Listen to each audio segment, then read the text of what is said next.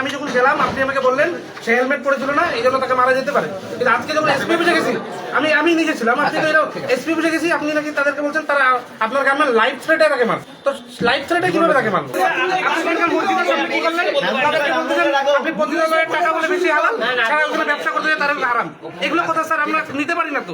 কিন্তু এই প্রতিবাদগুলো আমরা কেন করতে পারি স্যার? আপনি আপনার 10টা-11টা বাজলে যে কোনো চায়ের দোকানে যাই, এক একজনকে মুখ খারাপ করে গালি দেন স্যার, এগুলো প্রমাণ আছে।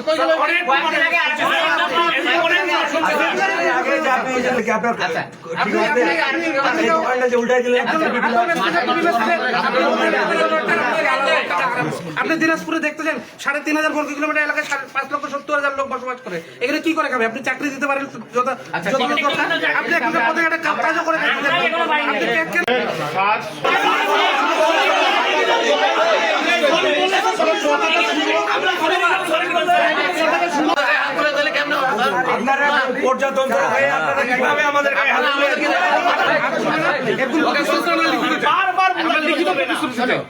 যে আগামীতে কারো গায়ে এরকম সে হাত দিবে না, এবং তার যেটা আইনের মতো যেটা বিচার আবার যদি অন্য কেউ দেয় না, কেউ দিবে না, এটা লিখিত বিচার।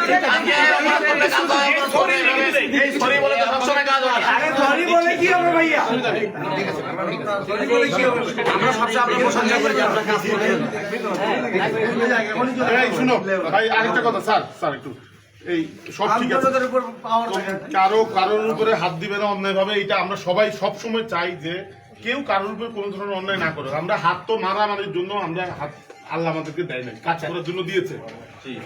এই যে এট দ্য সেম টাইম এই যে যেই সমস্যাটার কারণে এই ইয়েটা তৈরি হয়েছে হেলমেট পরা না পরা নিয়ে, তোমাদেরকেও ভাই এই জায়গায় অঙ্গীকার করে যেতে হবে যে আমরা বাইক কেউ স্যার আমরা কখনো হেলমেট ছাড়া বাইরে আমাদের বাইক চালাবো না।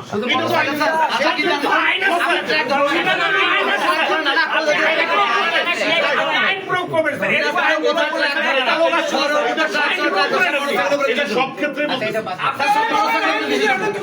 আমরা 152% ট্যাক্স দিয়ে মোটরসাইকেল চালাই স্যার, আমরা ড্রাইভিং লাইসেন্স আমাদের হেলমেট আছে। তোমাদের হেলমেট ছাড়া চালানো